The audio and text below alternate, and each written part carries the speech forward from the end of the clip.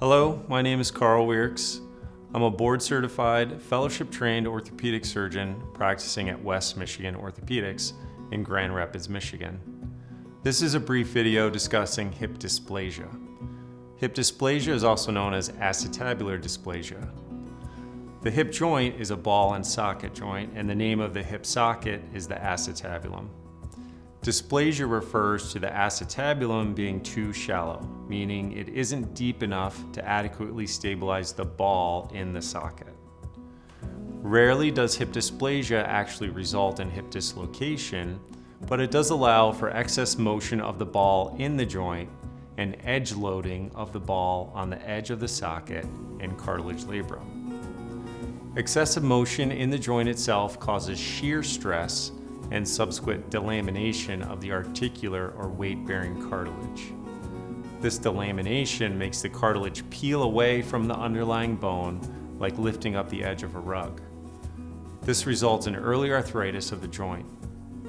Similarly, edge loading of the ball on the edge of the socket and labrum causes the labrum to tear. The labral tear then creates pain, both directly as well as further destabilizing the joint because the labrum functions as a suction seal. Individuals with hip dysplasia often are quite flexible because they have a lot of natural hip range of motion. These patients often self-select for activities such as gymnastics and dance because their added range of motion in these activities is advantageous. Hip dysplasia often isn't noticed until there is a secondary underlying issue such as a labral tear or early arthritis. This typically presents as pain in the groin or front side of the hip. Atypical symptoms are also more common in this scenario, however, due to the underlying micro-instability of the hip and secondary compensation of the muscles on the side and or back of the hip, as well as nerve-type symptoms of pain going down the leg. Snapping in the front of the hip is also common due to the psoas muscle working harder than it was designed to and rolling over the front of the hip joint.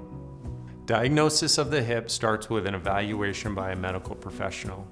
This evaluation includes a history, physical exam, and x-rays. Dysplasia is diagnosed by measuring the depth of the hip socket on x-rays. Sometimes a CT or CAT scan is used to further clarify the dysplasia.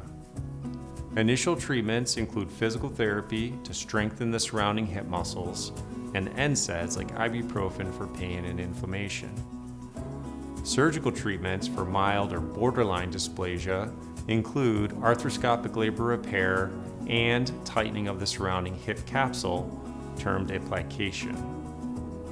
Cases of severe dysplasia, however, require an open bone correction surgery called a PAO. Or if there is moderate to advanced underlying arthritis, a total hip replacement is recommended. If you are having pain and think you may have underlying dysplasia, I recommend that you seek an evaluation with a healthcare provider familiar with this diagnosis, such as your primary care provider, a physical therapist, or a sports medicine provider such as myself.